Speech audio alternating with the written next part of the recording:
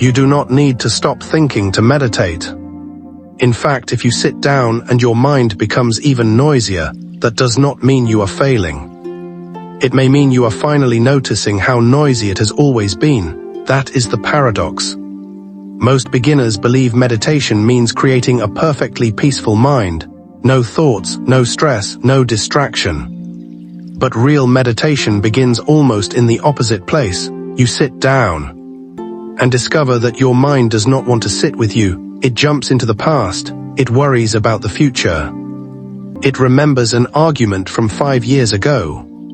It creates problems that have not happened.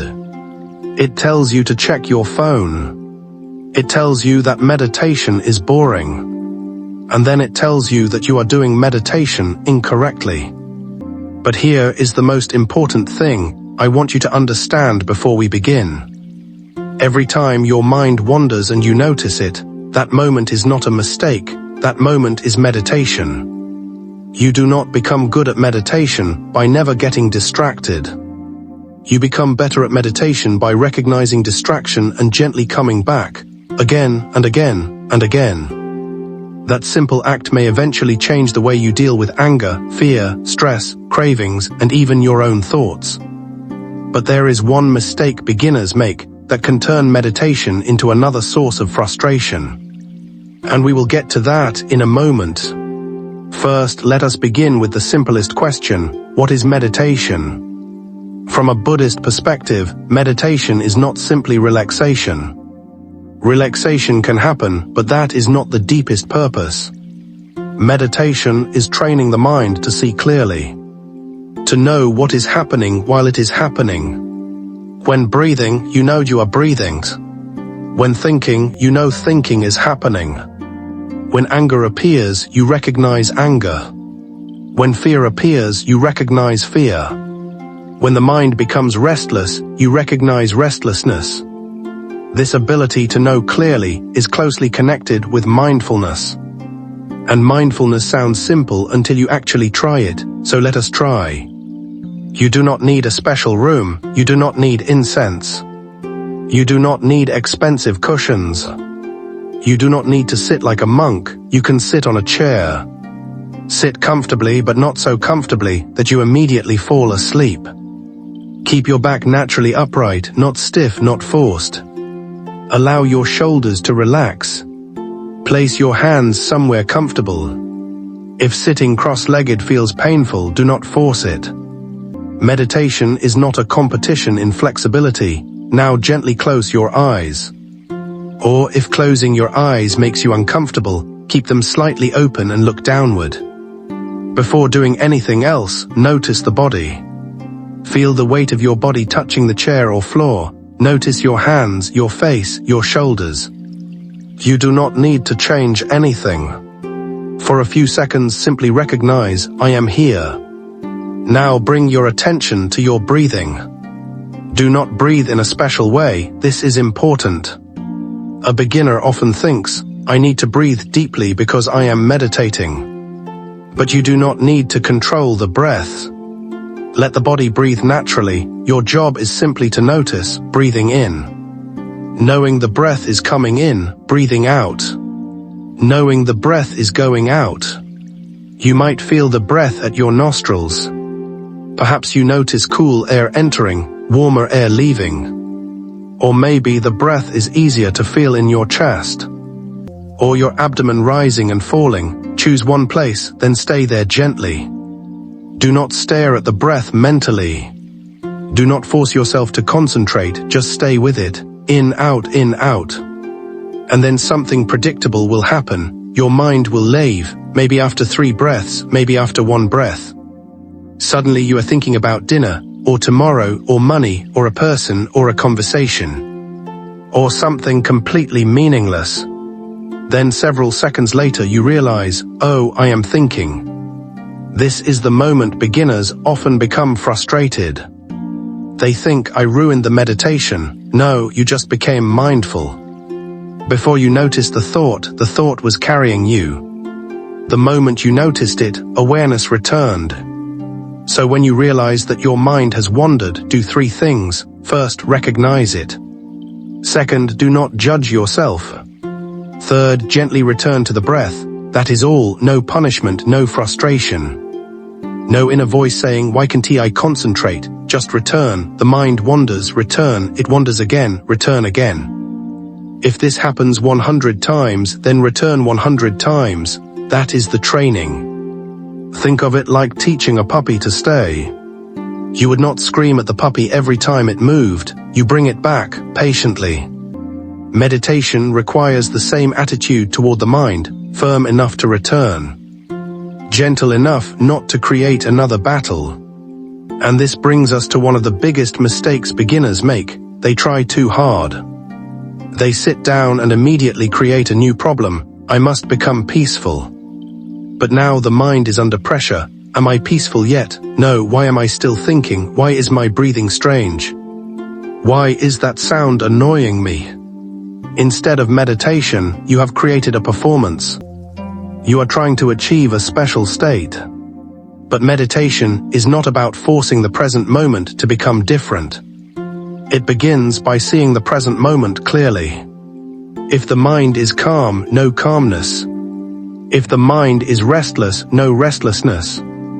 If you feel bored, no boredom. If you feel impatient, no impatience. You do not have to like what is happening, you simply learn to see it. This is very important in Buddhism, because suffering often grows from resistance. Something happens inside us, and immediately we say, this should not be here. Anger appears, I should not be angry. Fear appears, I should not feel fear. Restlessness appears. I should be calm. Then there are two problems, the original emotion and the struggle against the emotion. Meditation teaches a different response. This is what is here right now, not forever, just now, observe it. This does not mean becoming passive. It means seeing clearly before reacting. Now let us talk about thoughts. A common beginner question is, what should I do when thoughts keep coming? The answer is not, destroy them. Thoughts are natural. The brain thinks, that is what it does. Imagine standing beside a road, cars pass. You do not need to stop every car, you simply watch them pass. Thoughts can be treated the same way. A memory appears, notice it. A plan appears, notice it. A worry appears, notice it. Then come back to the breath. Some people find it useful to quietly label what is happening. Thinking, planning, remembering, worrying, then return. Do not analyze the thought during meditation. If the mind says, what if I lose my job? You do not need to begin solving your career while sitting. Simply recognize, worrying, then return to the breath. This develops an important ability. You begin to see that a thought can appear without needing to become a command. This is one reason meditation can be so useful in daily life. A thought appears, check your phone. You can see it without immediately obeying. Anger says, say something hurtful. You can notice it before speaking. Fear says, run away. You can observe the fear before deciding. Meditation creates a small space between impulse and action. And that small space can become incredibly valuable. Now, what about physical discomfort? Maybe your leg becomes uncomfortable, your back hurts, your nose itches. At first, do not immediately move. Observe the sensation for a few seconds. Where exactly is it? Is it pressure, heat, tightness, pulsing? Does it stay the same or does it change? Sometimes you will discover that discomfort moves and changes more than you expected. This is a direct lesson in impermanence. But meditation is not self-torture. If there is real pain or your position may cause harm, adjust your posture slowly and mindfully. The goal is awareness, not suffering. There is no prize for hurting yourself. Now let us talk about something almost every beginner experiences, boredom. You sit for 5 minutes and suddenly think, this is boring, that is interesting. Because what does boredom actually mean? Often it means the mind wants more stimulation, another video, another sound, another message, another thought, something new. Meditation allows you to observe the craving for stimulation itself. You may realize how difficult it has become to simply sit without consuming something. That realization can be uncomfortable, but it can also be freeing. Because once you can sit with a few moments of boredom without immediately escaping, you begin to recover some control over your attention. And your attention is one of the most valuable things you have. Where your attention goes repeatedly, your life often follows. If videos like this help you understand meditation and Buddhist practice in a simple and practical way, please like this video and subscribe to the channel. It helps us continue creating content about mindfulness, Buddhist wisdom, and training the mind for everyday life. Now let us answer another important beginner question. How long should you meditate? You do not need 30 minutes, you do not need 1 hour. For a complete beginner, 5 minutes can be enough. In fact, 5 minutes every day may be more useful than 40 minutes once every 2 weeks. Consistency matters, try this. For your first week, meditate for 5 minutes, same place if possible. Roughly the same time if possible. Maybe immediately after waking up, or before going to sleep, or before starting work. Sit, notice the body, follow the breath, wander, notice, return. That is enough. After 1 week you can move to 7 or 10 minutes. Later, perhaps 15, there is no need to rush. You are developing a relationship with your own mind, and relationships take time. There is another mistake beginners often make. They judge meditation by how peaceful they feel afterward. If they feel calm, they say, that was a good meditation. If they feel restless, they say, that was bad, but this can be misleading. Suppose you sit for 10 minutes, and your mind is extremely restless. But during those 10 minutes, you notice restlessness again and again, without being completely controlled by it. That may be excellent practice. Meditation is not always about producing a pleasant experience. It is about seeing what is actually happening. Some days are peaceful, some days are noisy, some days you feel focused. Some days your mind seems impossible. The practice is to meet all of them. In Buddhism, this becomes a lesson in impermanence. Even your meditation changes. You cannot hold onto yesterday's calm session. You cannot assume tomorrow will feel the same. This teaches you something important about life itself. Pleasant experiences come and go. Unpleasant experiences come and go. Your job is not to cling desperately to one and reject the other. Your job is to see both clearly. Now let us add another layer to the practice. After you have followed the breath for a few minutes, notice your emotional state. Do not search for an emotion, simply ask what is present.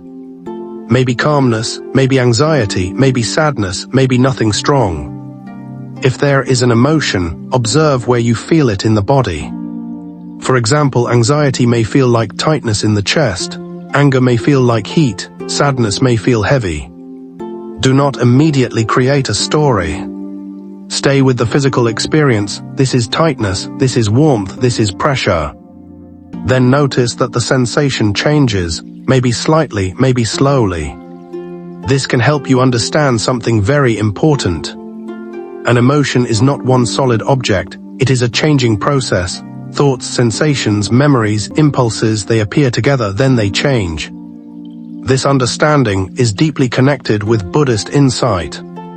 What feels permanent is often changing moment by moment. Now you may ask, what if I cannot focus on the breath at all? Then use another anchor. You can use sound, sit quietly and listen. Do not name every sound, just hear a car, a bird, a fan, voices. Notice how sounds appear and disappear, or use the body, feel your hands. Feel your feet touching the floor, feel the whole body sitting. The object is less important than the quality of awareness. Choose something simple, stay with it. Notice when attention leaves, come back. Now, should you meditate with music? For beginners, quiet music can sometimes help you relax. But if your goal is traditional mindfulness practice, it can be useful to also practice without music. Why? Because meditation is not about needing perfect conditions. Life is not perfectly quiet. Eventually, the sound of traffic can become part of practice. A barking dog can become part of practice. Even irritation can become part of practice. Instead of thinking, that sound is destroying my meditation, you can notice, hearing, then irritation, then return. The disturbance becomes the teacher. And this is one of the most beautiful parts of Buddhist meditation. Eventually, meditation is not something you only do with closed eyes. You begin bringing it into daily life. When drinking water, actually drink the water. When walking, feel your steps. When someone speaks, listen instead of preparing your answer immediately. When anger appears, take one conscious breath before responding. When you pick up your phone automatically, notice your hand moving. These tiny moments are meditation too. Formal sitting practice trains the skill. Daily life is where you use it. Imagine someone says something that hurts you. Normally, the reaction is instant. But because you have practiced noticing the breath, noticing sensations and noticing thoughts, you may suddenly recognize, my chest is tightening. Anger is appearing, my mind wants to attack. And for 1 second you do nothing, that 1 second is powerful. Because now there is a choice, you may still respond firmly. Mindfulness does not mean letting people treat you badly. But your response can come from clarity rather than blind anger. This is one reason Buddhist meditation is not about becoming weak. It is about becoming less automatic. Now let us create a very simple meditation routine you can begin today. Sit comfortably, set a timer for 5 minutes. Place your phone somewhere you cannot easily touch it, close your eyes gently, relax your shoulders, notice 3 natural breaths. Then choose one point where you feel breathing clearly, stay with that sensation. When thoughts appear, notice them. You can quietly say, thinking, then return. When emotions appear, feeling, return. When sounds appear, hearing, return. If you become frustrated, frustration, return. Continue until the timer ends. When the timer rings, do not jump up immediately, take 1 breath, notice the body, open your eyes. Then ask yourself, what was my mind like? Not was I good, just what did I notice? That is enough. If you do this every day, you may slowly begin to notice something outside meditation. You notice thoughts sooner, you notice anger sooner. You notice anxiety sooner, you notice distraction sooner. And noticing sooner gives you more choices. But there is one final point that beginners should understand. Do not turn meditation into another way of attacking yourself. Do not use it to prove that you are spiritual. Do not compare your meditation with someone else. Do not think they can meditate for 40 minutes, so I am failing. That is just another form of attachment. From a Buddhist perspective, meditation is a path of understanding. You are learning how the mind works. You are learning what you cling to. You are learning what you avoid. You are learning how suffering grows. And little by little, you learn how to let go, not by force, by understanding. So if you are a beginner, remember this, you do not need a silent mind. You do not need a perfect posture. You do not need a special spiritual experience, you need only one thing. The willingness to notice what is happening, and return to the breath, return to the body, return to the present, again and again. And again, if this guide helped you understand how to begin meditation, please like the video and subscribe to the channel for more simple and practical explorations of Buddhism, mindfulness, and the human mind. And before you leave, remember this, the goal is not to become someone who never gets distracted. The goal is to become someone who wakes up sooner when distraction takes over. Maybe that is what meditation really teaches us, not how to escape life, but how to keep coming back to it.